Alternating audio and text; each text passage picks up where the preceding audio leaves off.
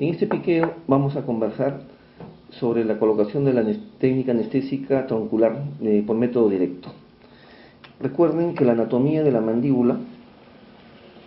presenta dos ramas ascendentes convergentes hacia adelante. Tratamos nosotros de colocar la aguja, en este caso lo más cerca posible, a 1 centímetro por encima de la espina de Spix, a diferencia de la técnica tradicional histórica de Halter, en la que queremos colocar la aguja exactamente por encima de la espina de Spix, ¿no? En esta posición. Entonces, en la técnica directa nosotros vamos a tratar de colocar la punta de la aguja aproximadamente 1 centímetro por encima de la espina de Spix, en el espacio pterigomandibular. Para ello, en una mandíbula edéntula, debemos darnos cuenta de las referencias anatómicas que vamos a explicar posteriormente en el video, ya que estas estructuras anatómicas ubicadas aquí en la rama ascendente próximas al ingreso del conducto dentario inferior no son apreciables clínicamente. En esta otra mandíbula dentada vamos a ver que, si bien es cierto existen alvéolos dentarios y existieron en algún momento dientes, igualmente la zona en la cual vamos a aplicar la anestesia troncular es invisible a nuestros ojos, de tal manera que los puntos de referencia más importantes para esta técnica son los reparos anatómicos vistos en la cavidad bucal, de los cuales el más importante es la línea pterigomandibular.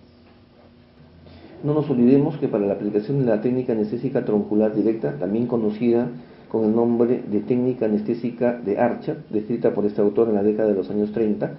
la aguja dental debe ir paralela al plano oclusal, dirigiéndose aproximadamente desde el canino del lado opuesto. Cuando la mandíbula corresponde a un cráneo braquifacial, la aguja debe dirigirse desde el primer premolar del lado opuesto, mientras que cuando se trata de un cráneo dólico-facial, es decir, más alargado, la aguja más bien debería dirigirse desde el incisivo lateral del lado contrario al que se piensa anestesiar. Como decíamos, la técnica directa propuesta por el doctor Archer en la década de los años 30 promueve la colocación de la punta de la aguja en la parte más alta del pliegue pterigomandibular. Como vemos en el video, en el lado izquierdo, el puntero está señalando la línea pterigomandibular, que es constante en todos los pacientes. Algunos tienen una forma de S, otros, como en este caso, tiene forma de C, y en otros casos tiene una forma lineal. La aguja entonces debe ser colocada exactamente en la parte más alta del pliegue pterigomandibular, como vemos en la imagen, colocando la aguja desde el canino del lado opuesto, desde el primer premolar o del incisivo lateral, según el tipo facial del paciente.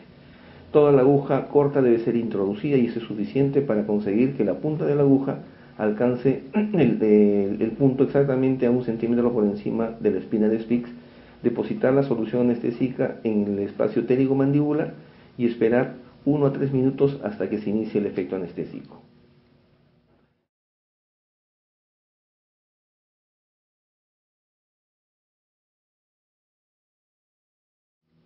Como hemos visto, la aplicación de la técnica anestésica troncular, mal llamada troncular, ya que no se trata de un ramo terminal del nervio dentario inferior, es una técnica bastante común y es acaso uno de los mayores dolores de cabeza de los odontólogos cuando empezamos esta hermosa profesión. Esperemos que a partir de la fecha tu práctica profesional sea mucho más dinámica, mucho más fácil, mucho más sencilla y sobre todo mucho más agradable para tu paciente. Esto ha sido un piqueo científico, cortesía de ONS Odontología, Negocios y Salud.